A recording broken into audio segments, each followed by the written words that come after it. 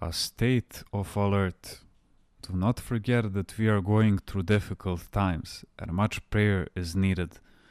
You must remember the great need people have for prayer today and the great expectation God has of us to pray. Pray for the general outrageous condition of the whole world, that Christ may have pity on his creations, for they are heading for destruction. Pray for his divine intervention in our outrageous time, for the people are heading into a general confusion, into madness and an impasse. God has called us to pray for the people who have so many problems. The poor people don't even have time to cross themselves. If we who are monks and nuns don't pray, then who will? The soldier in wartime is on alert, always ready with his shoes on.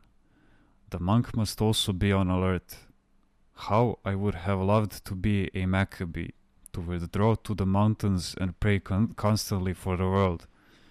We must help everyone with our prayer and not let the devil have his way with them. The devil has acquired rights, not because God has given him permission, but because he doesn't want to violate man's free will. This is why we can help through prayer. When one is pained over the prevailing condition of the world and prays, then people can be helped without violating free will.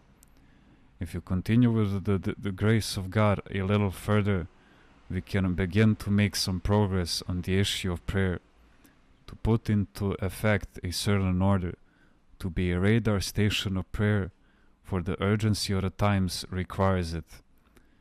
We must organize a prayer task force. You must wage war with the Komboskoini. Pray with pain in your heart for the world.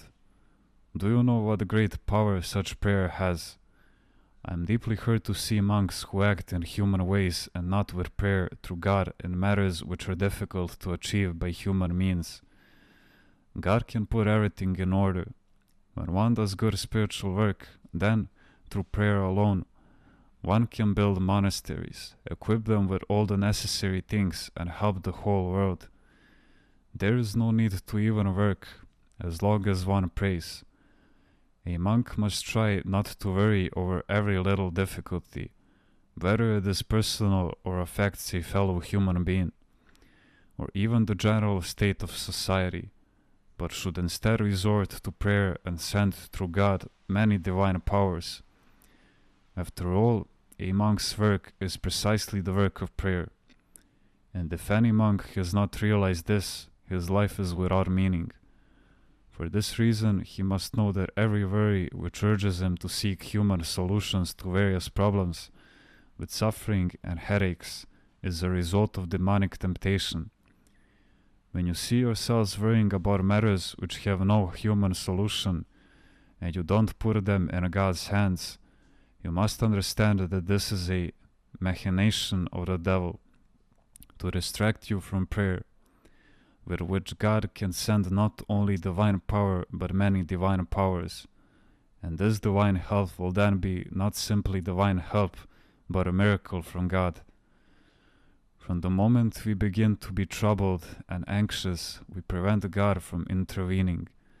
We tend to put our reasoning first rather than God, the divine will, so that we may deserve divine help. The devil tries by craftily misdirecting a monk's love to limit him to a worldly love, to a human way of helping his fellow human beings. Whereas the monk can move in his own space, in his own field, which is to be a wireless operator of prayer, the unique service God has given him to do.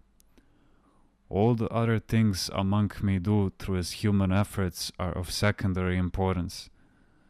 Also, it is better for the monk to help others with his prayer than with his words. If he does not have the power to keep someone from doing evil, then he should help him from afar through prayer. Otherwise, he may himself be harmed. A prayer from the heart has more power than 1,000 words, especially from someone who won't listen.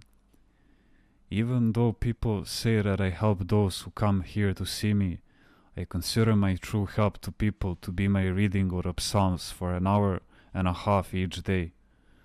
I view all else as entertainment. People come and tell me their problems and I give them some advice, some spiritual counsel.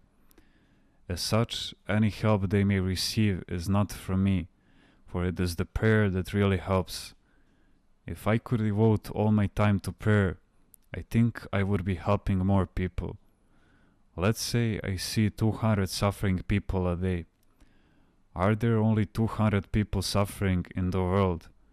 If I see no one and spend all day praying for the whole world, then I see everyone. This is why I tell people, I prefer to talk to God about you, rather than to talk to you about God. This is better for you, but you don't understand me. In these difficult years, let us not neglect the work of prayer. Prayer is security. It is communication with God. Did you see what Abba Isaac says? God will not ask us why we did not pray, but why we did not have a relationship with Christ and allowed the devil to torment us.